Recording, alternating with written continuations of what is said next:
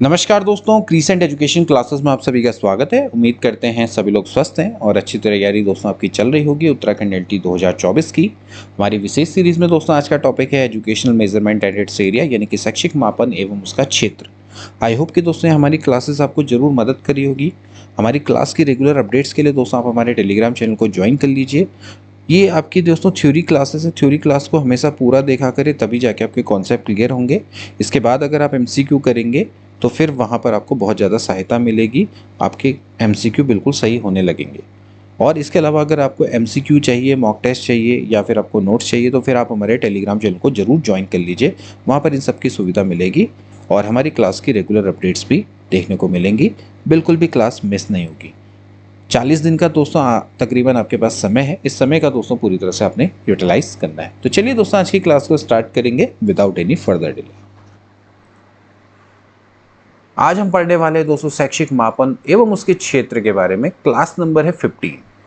सबसे पहले शैक्षिक मापन एवं मूल्यांकन, इसके बारे में दोस्तों पढ़ जानेंगे। शैक्षिक मापन का अर्थ क्या है दोस्तों कि शिक्षा के क्षेत्र में अगर हम मापन का प्रयोग कर रहे हैं तो फिर वो शैक्षिक मापन कहलाएगा। अब मापन, शैक्षिक मापन के अंतर्गत दोस्तों क्या क्या आता है, जैसे अगर आप किसी छात्र की बुद्धि का मापन करना चाहते हैं, उसकी अभिक्षमता का मापन करना चाहते हैं, उसकी अभिरुचि का मापन करना चाहते हैं, अभिवृत्ति का मापन करना चाहते हैं, उसकी रचनात्मकता का मापन करना चाहते हैं या फिर उसकी शैक्षिक उपलब्धि का दोस्तों मापन करना चाहते हैं, तो इन सभी को हम शैक्षिक मापन के अंतर्गत दोस्तों लेकर आते हैं। तो शिक्षा के क्षेत्र में महत्वपूर्ण आवश्यक सूचनाओं को, जैसे मैंने आपको बताया कि क्या क्या सूचनाएं आपको चाहिए, उनको अगर आप वस्तुनिष्ठ, विश्वसनीय और वैध रूप से प्राप्त करना चाहते हैं तो उसके लिए अध्यापकों के द्वारा, प्रशासकों के द्वारा, शिक्षा शास्त्रियों के द्वारा शैक्षिक मूल्यांकन और मापन की प्रविधियों का प्रयोग किया जाता है। मापन का क्या अर्थ है?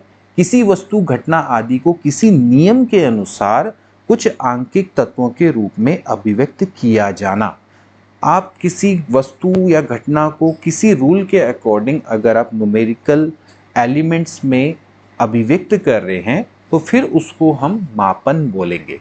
अब कुछ डेफिनेशन दोस्तों पढ़ेंगे जिससे आपको ज़्यादा अच्छे समझ में आएगा। टाइलर की डेफिनेशन है, मापन किसी नियम के अनुसार अंक आवंटन करने की प्रक्रिया कहलाती है। किसी रूल के अकॉर्डिंग अगर आप एलोकेट कर रहे हैं मार्क्स को तो उसी को हम मेजरमेंट बोलते हैं। इसके अलावा ननली की डेफिनेशन ज़्यादा अच्छी और ब्रॉड है। ये सिंपली बोलते हैं वस्तु के किसी नियम के अनुसार अंक प्रदान करने की ऐसी प्रक्रिया को मापन कहा जाता है जिससे उसके गुणों की मात्रा का पता चलता है। यानी कि यहाँ पर ये भी यही बोल रहे हैं कि किसी नियम के अनुसार अंक प्रदान करने की प्रक्रिया मापन है जिससे कि गुणों की मात्रा का पता चलता है, यानी कि which reveals the quantity of its qualities, गुणों की मात्रा को पता चलने के लिए। इसका मतलब यह है कि मापन एक ऐसी प्रक्रिया है जिसमें क्वांटिफिकेशन यानी कि परिमापन भी शामिल होता है, क्योंकि इसमें संख्याओं के माध्यम से वस्तुओं के गुणों की मात्राओं को बताया जा सकता है नल्ली की डेफिनेशन के अकॉर्डिंग। अब ध्यान रहे जो मूल्यांकन है वो मापन से दोस्तों भिन्न होता है, क्योंकि किसी स्टैंडर्ड या फिर किसी नॉर्म्स के आलोक में किसी वस्तु का गुणात्मक मापन ही मूल्यांकन कहलाता है। अब ये जो स्टैंडर्ड है दोस्तों सामाजिक भी हो सकता है, वैज्ञानिक, आर्थिक, सांस्कृतिक, कुछ भी हो सकता है, और मानक वास्तविक भी हो सकता है, मनमाना भी हो सकता है, रियलिस्टिक भी हो सकता है या फिर इमेजिनरी भी हो सकता है। ठीक है, ये ध्यान देने वाली बात है। जैसे अगर कोई व्यक्ति है, कोई छात्र है, अगर मान लेते हैं हमने उसका कोई टेस्ट लिया और वो 100 में से 90 अंक दोस्तों अगर प्राप्त करता है तो हम कहेंगे कि 90 मार्क्स इसका मापन है। ये 90 जो मार्क्स वो प्राप्त कर रहा है वो उसका मापन है। अब हम इस आधार पे उस छात्र को प्रतिभाशाली छात्र बोलते हैं कि बड़ा प्रतिभाशाली छात्र है, तो वो दोस्तों उसका मूल्यांकन कहलाएगा। इसी तरह से अगर आप किसी छात्र का टाइपिंग टेस्ट ले रहे हैं, वो 60 वर्ड पर मिनट की स्पीड से अगर टाइप करता है तो हम बोलेंगे कि 60 वर्ड पर मिनट इसका मापन है। लेकिन उस आधार पर हम कहेंगे कि भई ये एक ग्रेड का ये टाइपर है तो वो उसका मूल्यांकन कहलाएगा। ये आपने समझना है कि ये स्टैंडर्ड सामाजिक, वैज्ञानिक, आर्थिक, सांस्कृतिक कुछ भी हो सकता है। ठीक, तो यहाँ पर मूल्यांकन मापन से दोस्तों भिन्न होता है, हालांकि मूल्यांकन के अंतर्गत ही मापन होता है।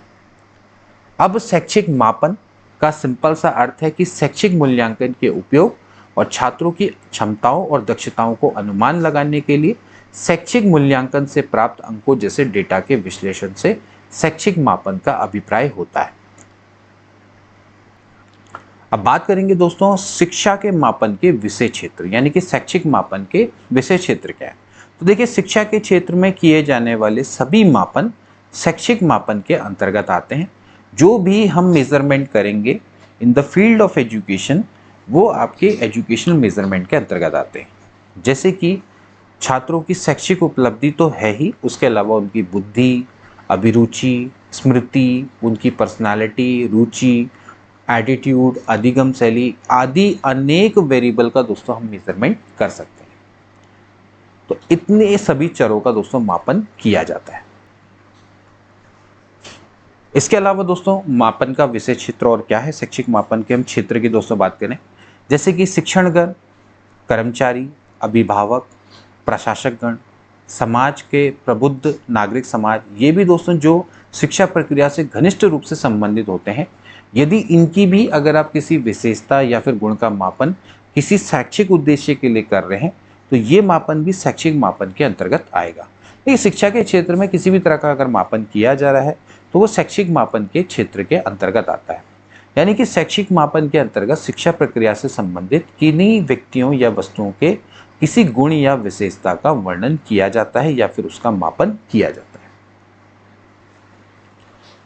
अब दोस्तों हम बात करेंगे जो शैक्षिक मापन है उसमें दोस्तों जो टर्मिनोलॉजी का यूज किया जाता है, थोड़ा थोड़ा इसको समझेंगे दोस्तों, ये आपके लिए इंपॉर्टेंट है। सबसे पहला आता है चर, यानी कि वेरिएबल।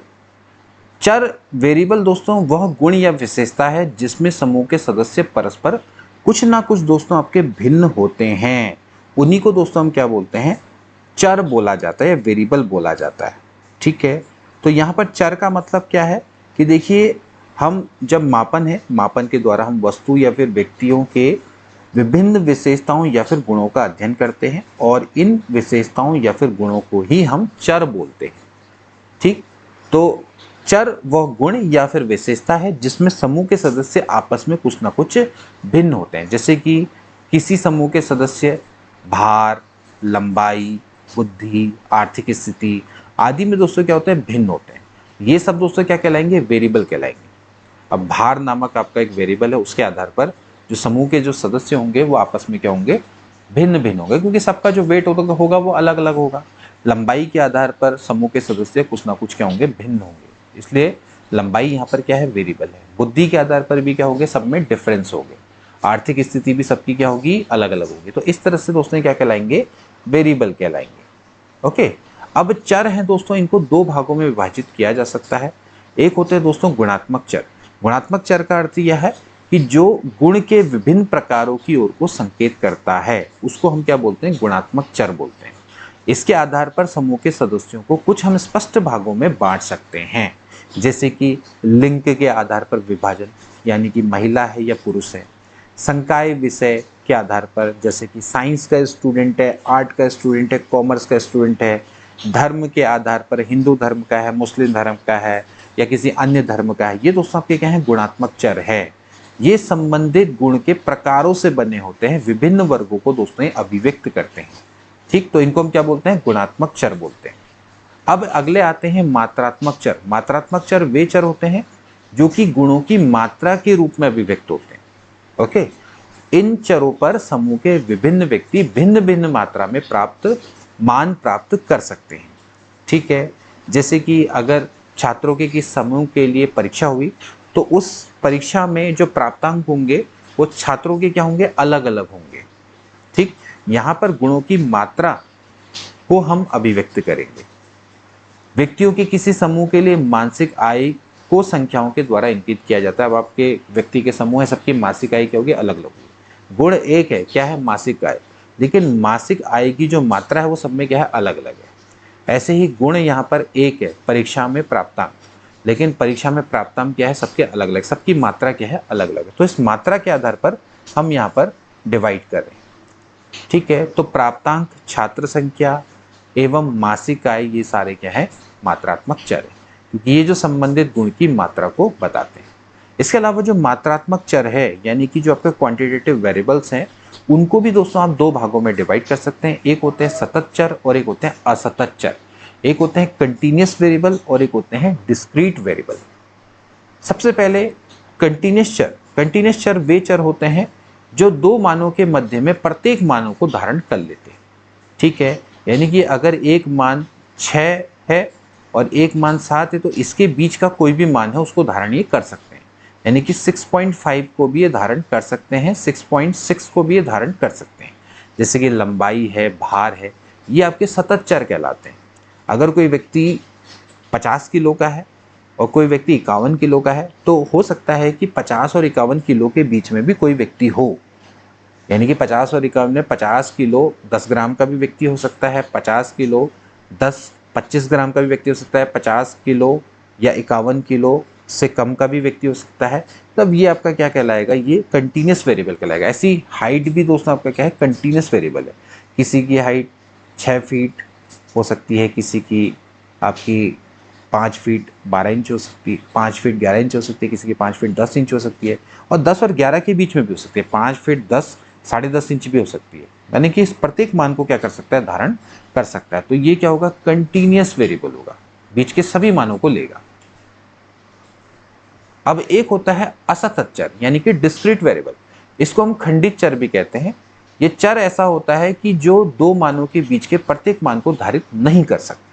ठीक है, यानी कि यहाँ पर जो भी मान होगा वो फिक्स होगा, इसके बीच में यानी कि दो मान जैसे मान लेते हैं ए और बी है तो इसके बीच में सभी मानों को धारित नहीं कर पाएगा। जैसे परिवार में बच्चों की संख्या, तो परिवार में बच्चों की संख्या पूर्णांक में होती है, यानी कि या तो 4 बच्चे होंगे या तो 5 बच्चे होंगे या तो 2 बच्चे होंगे या तो 3 बच्चे होंगे। ऐसा नहीं होगा कि भाई 5.5 बच्चे हैं या फिर 6.7 बच्चे हैं, इस तरह से नहीं हो सकता। यानी कि परिवार में बच्चों की संख्या क्या है दोस्तों, आपका एक डिस्क्रीट वेरिएबल है, यानी कि असतत चर है। ऐसी पुस्तक में पृष्ठों की संख्या, फिर पुस्तक में पृष्ठों की संख्या 400 हो सकती है, 450 हो सकती है, 300 हो सकती है, 200 हो सकती है, लेकिन 350.5 नहीं हो सकती है, 350.6 नहीं हो सकती। ऐसे विद्यालय में कमरों की संख्या ये आपकी 3, 4, 5, 6, 7 जितनी भी हो सकती है, 10, 15, 20, 25 हो सकती है, लेकिन ऐसा नहीं हो सकता कि भाई 10.5 कमरे हैं या 10.9 कमरे हैं। ठीक, तो ये इसलिए असतत चर का जो मान होता है वह केवल पूर्णांक संख्याएं होती हैं, यानी कि केवल इंटीजर्स होते हैं। ठीक है, इसलिए इनको डिस्क्रीट वेरिएबल बोलते हैं। तो आप समझ लीजिए दोस्तों कि यहाँ पर अगर आपको कंटीन्यूअस वेरिएबल है तो this is the continuous variable, यानी कि दो मानों के बीच में मध्य में कोई सा भी मान वो ले सकते हैं, सभी मानों को ले सकते हैं। जबकि जो सतत चर होंगे या असतत चर होंगे दोस्तों, यानी कि डिस्क्रीट वेरिएबल होंगे, वो आपके दोस्तों क्या लेंगे, हमेशा इंटीजर वैल्यूज को लेंगे, 61, 62, 63, 64, 65, इस तरह से दोस्तों हम इसको डिफाइन करते हैं। ओके, अब दोस्तों हम बात करेंगे मापन के स्तर की, यानी कि लेवल्स ऑफ मेजरमेंट की। ठीक है, ये भी दोस्तों इंपॉर्टेंट है। तो देखिए, मापन की जो प्रक्रिया है उसकी विशेषताओं तथा यथार्थता प्रयुक्त इकाइयों, चरों की प्रकृति, परिणामों की प्रकृति, इन सभी के आधार पर दोस्तों हम कुछ क्रमबद्ध प्रकारों में बांटा जा सकता है। ठीक है, यानी कि जो आपकी प्रोसेस है मेजरमेंट की, आप इसको कुछ डिवाइड कर सकते हैं into some sequential type on the basis of its characteristics, accuracy, unit used, nature of variable, nature of result. इन सभी के आधार पर आप क्या कर सकते हैं, इसको बांट सकते हैं। तो देखिए, सबसे पहला जो स्तर है वो आता है नाममात्र स्तर, दूसरा आता है क्रमित स्तर, तीसरा आता है अंतरिक स्तर और चौथा आता है अनुपातिक स्तर। यानी कि 4 स्तरों में दोस्तों आप इसको डिवाइड कर सकते हैं। ये एस स्टीवेंस के द्वारा दोस्तों दिया गया था ये स्तर। मापन की यथार्थता के आधार पर इन्होंने मापन के 4 स्तर दोस्तों बताए। यानी कि S Steven has describe 4 level of measurement on the basis of accuracy of measurement. तो पहला आता है नॉमिनल लेवल, दूसरा आता है ऑर्डर्ड लेवल, तीसरा आता है इंटरनल लेवल और चौथा आता है रेशियो लेवल। बहुत बहुत दोस्तों इंपॉर्टेंट ये लेवल है जिनको आपने यहाँ पर समझना है। तो सबसे पहले दोस्तों हम बात करेंगे नाममात्र स्तर की। नाममात्र स्तर दोस्तों क्या होता है, सबसे लीस्ट रिफाइंड लेवल का दोस्तों मेजरमेंट होता है, सबसे कम परिमार्जित स्तर का मापन होता है। अब ये जो मापन होता है ये केवल गुण पर या फिर किसी विशेषता के नाम पर ही आधारित होता है, यानी कि इसमें व्यक्ति या वस्तुओं को केवल किसी गुण या फिर विशेषता के आधार में कुछ वर्गों या समूह में डिवाइड कर लिया जाता है। ठीक है, और इस प्रकार के वर्गों में कोई भी अंतर्निहित क्रम या संबंध नहीं होता है, there is no inherent order और relationship of any kind in this classes.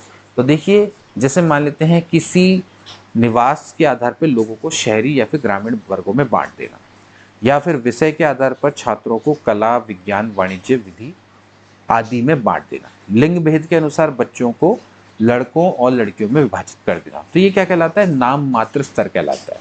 तो नामित मापन बेसिकली क्या है? गुणात्मक मापन है, जो कि अभी हमने डिस्कस किया था। तो नामित मापन है क्या, या फिर या नॉमिनल लेवल दोस्तों क्या है? केवल और केवल एक गुणात्मक मापन है, तो जिसमें गुणों के विभिन्न प्रकारों, पहलुओं के आधार पर वर्गों की रचना की जाती है और व्यक्ति या वस्तुओं को इन्हीं विभिन्न वर्गों के आधार पर वर्गीकृत किया जाता है। इसके बाद दोस्तों अगला आता है क्रमित स्तर, यानी कि ऑर्डर्ड लेवल। अब ये नामित मापन से यानी कि नॉमिनल मेजरमेंट से थोड़ा सा अधिक रिफाइंड होता है, अधिक परिमार्जित होता है। अब इस प्रकार के मापन में व्यक्ति तथा वस्तुओं को उनके किसी गुण की मात्रा के आधार पर, यहाँ पर गुण की मात्रा आ जाएगी, उसके आधार पर कुछ ऐसे वर्णों में विभक्त किया जाता है जिसमें एक स्पष्ट अंतर्निहित क्रम होता है, यानी कि यहाँ पर एक ऑर्डर दोस्तों यहाँ पर दिखाई देगा जो कि नॉमिनल में गायब था।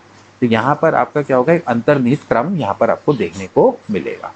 तो इसमें जैसे कोई नाम, शब्द, अक्षर, प्रतीक या फिर अंक यहाँ पर प्रदान किए जाते हैं। तो इस वर्गों में क्या होगा कि प्रत्येक को कोई ना कोई नाम, शब्द, अक्षर, प्रतीक या फिर अंक दिए जाएंगे, जैसे कि छात्रों को उनकी योग्यता के आधार पर श्रेष्ठ, औसत और कमजोर वर्गों में बांटना। ये आपका दोस्तों क्या है? क्रमित मापन का एक सिंपल सा उदाहरण है। तो क्रमित मापन में क्या होगा कि आपको एक ऑर्डर दिखाई देगा और यहाँ पर गुणों की मात्रा के आधार पर ये आपको मेजरमेंट दिखाई देगा। इसके बाद अगला आता है दोस्तों इंटरनल लेवल। ठीक है, अब ये जो मापन होता है वास्तव में आंतरिक मापन गुण की मात्रा अथवा परिणाम पर आधारित होता है, यानी कि ये जो आपका आंतरिक मापन है ये गुण की मात्रा में और परिणाम पर भी आधारित होता है, और इस प्रकार के मापन में व्यक्ति और वस्तुओं में विद्यमान गुण की मात्रा को व्यक्त किया जाता है। ठीक है, और किन्हीं दो लगातार इकाइयों में अंतर यहाँ पर समान रहता है, जैसे कि छात्रों को उनकी गणित योग्यता के आधार पर हम अंक प्रदान करना ही आंतरिक मापन का एक बहुत सिंपल सा उदाहरण है। ठीक है, तो यहाँ पर आंतरिक मापन यानी कि इंटरनल जो लेवल है, इसमें सिंपली क्या होगा कि आप व्यक्ति को उनके गुणों की मात्रा अथवा परिणाम के आधार पर यहाँ पर वर्गीकृत करेंगे। ठीक है, तो छात्रों को जैसे उनकी गणित की योग्यता के आधार पर अंक प्रदान करना या उस एक आंतरिक मापन का एक बहुत सिंपल सा उदाहरण है। तो दोस्तों जो आंतरिक स्तर होता है, तो आंतरिक स्तर क्या होता है? ज़्यादा दोस्तों रिफाइंड होता है। अगर हम नॉमिनल लेवल की दोस्तों बात करें या फिर ऑर्डर लेवल की बात करें तो उनसे अधिक दोस्तों क्या होता है? ये परिमार्जित होता है या फिर रिफाइंड होता है। ठीक है, एक चीज़ ध्यान रखेंगे, इस स्तर के मापन में परम शून्य या फिर वास्तविक शून्य जैसा गुण विहीनता का कोई भी बिंदु नहीं होता है। इसमें परम शून्य नहीं दोस्तों होता है। ठीक है ना, जिसके कारण इस स्तर के मापन से प्राप्त परिणाम हमेशा सापेक्षिक तो होते हैं परंतु निरपेक्ष नहीं होते, यानी कि इससे कभी भी एब्सोल्यूट वैल्यू आपको नहीं मिलेगी। हमेशा क्या होगी? There is a relative values. Okay, यानी कि सापेक्षिक आपके परिणाम होंगे, कभी भी एब्सोल्यूट वैल्यूज दोस्तों यहाँ पर नहीं मिलेगी देखने को। ठीक है, उदाहरण के लिए जैसे कोई व्यक्ति अगर गणित में अगर 0 अंक प्रदान या प्राप्त करता है तो इसका अर्थ ये नहीं है कि छात्र गणित के विषय में कुछ नहीं जानता। ठीक है, इसका सिंपल सा अर्थ यही लगाया जाता है कि जो छात्र ने वो पेपर दिया, उस पेपर में उसमें जो अंक थे दिए गए थे या फिर जो क्वेश्चंस आए थे वहाँ पर उसने 0 अंक प्राप्त किए, बट इसका मतलब ये नहीं कि उसको गणित में कुछ भी नहीं आता। ठीक, कभी ऐसा हो सकता है कि आपके सामने एक ऐसा पेपर आ जाए जिसमें कि आपको कुछ नहीं आ रहा। ठीक, बट इसका मतलब ये नहीं है कि आपको गणित बिल्कुल आती ही नहीं है। ठीक है, तो यहाँ पर ध्यान रखना है कि कोई व्यक्ति अगर मान लेते हैं किसी चीज़ में अगर सही अंक प्राप्त नहीं करता है या फिर 0 अंक प्राप्त करता है तो इसका अर्थ ये नहीं है कि वहाँ पर जो गुण है वो नहीं है या फिर गुण का मतलब वहाँ पर से एब्सेंट है, ऐसा नहीं हो सकता। ठीक है, 0 का अभिप्राय यहाँ पर यही होगा कि अगर जो छात्र है वो जो भी गणित परीक्षण किया गया था उसके प्रश्नों को पूर्णतः हल करने में असफल रहा। आप इस तरह से उसको समझ सकते हैं। ठीक है, इसके अलावा आंतरिक मापन से जो प्राप्त अंक है उनके साथ जोड़ या घटाव की गणनाएं तो की जा सकती हैं, परंतु गुणा तथा भाग की संक्रियाएं करना संभव नहीं है। यानी कि जो आंतरिक मापन है यहाँ पर जोड़ और घटाव चल जाएगा, बट गुणा और भाग की संक्रिया यहाँ पर संभव नहीं होती। इसके अलावा अगला दोस्तों आता है, वो आता है अनुपातिक स्तर। दोस्तों ये सबसे परिमार्जित स्तर होता है, सबसे रिफाइंड लेवल होता है। इस प्रकार के मापन में आंतरिक मापन के सभी गुणों के संग संग परम शून्य और वास्तविक शून्य की संकल्पना भी निहित होती है। यानी कि यहाँ पर आपका परम शून्य का कॉन्सेप्ट भी दोस्तों आ जाएगा और बाकी सारी आंतरिक मापन के सभी जो चीजें हैं वो इसमें रहेंगी। परम शून्य वह स्थिति है जिसमें कोई भी गुण होता है वो पूरी तरह से उसका अस्तित्व नहीं होता है, जैसे कि लंबाई है, भार है, दूरी है। इसका मापन अनुपातिक मापन के अंतर्गत आता है, क्योंकि लंबाई है, किसी की लेंथ 0 भी हो सकती है, भार 0 भी हो सकता है, दूरी है वो भी 0 हो सकती है। ठीक है, तो यहाँ पर आपके जो मेजरमेंट होंगे वो बिल्कुल क्या होंगे, निरपेक्ष होंगे, यानी कि यहाँ पर एब्सोल्यूट वैल्यू देखने को मिलती है। ठीक है, इस तरह से हम इसको समझेंगे।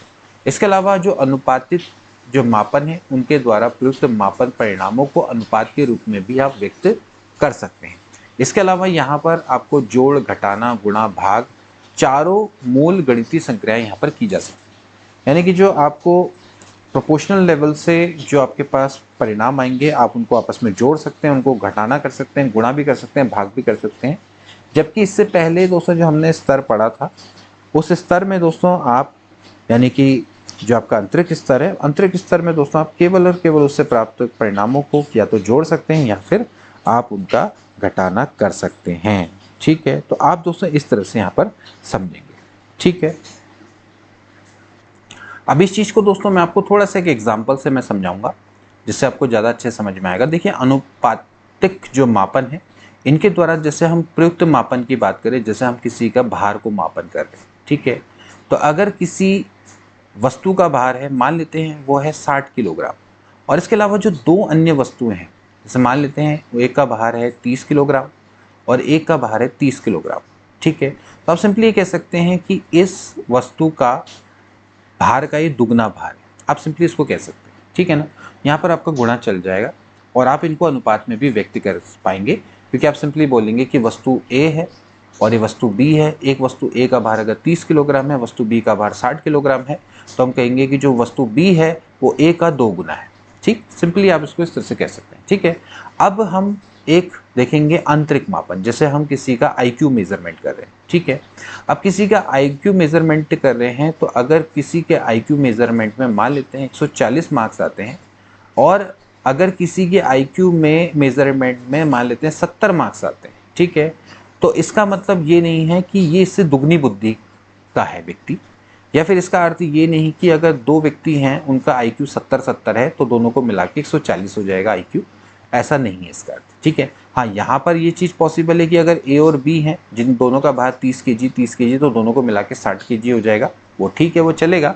लेकिन यहाँ पर एक व्यक्ति है जिसका आईक्यू 70 है और एक का आईक्यू अगर 140 है, तो इसका मतलब ये नहीं कि जो इस आईक्यू 140 वाला है वो उसे दुगनी बुद्धि का मालिक है या उसे दुगनी बुद्धिमत्ता वाला है, इसका अर्थ ये नहीं है। ठीक, तो यहाँ पर आपने समझना है कि एडिशन तो चल जाएगा लेकिन गुणा भाग ये नहीं चलेगा। ठीक है, आंतरिक स्तर में। तो इस तरह से दोस्तों हम इसको हमेशा समझ सकते हैं। ठीक, तो ये थे दोस्तों आपके मेजरमेंट और उसके क्षेत्र। आई होप कि दोस्तों आपको लेक्चर अच्छा लगा होगा, और अगर अच्छा लगा है तो इसको अपने दोस्तों के बीच में जरूर शेयर करिएगा। मिलेंगे नेक्स्ट क्लास में, तब तक के लिए take care and good bye.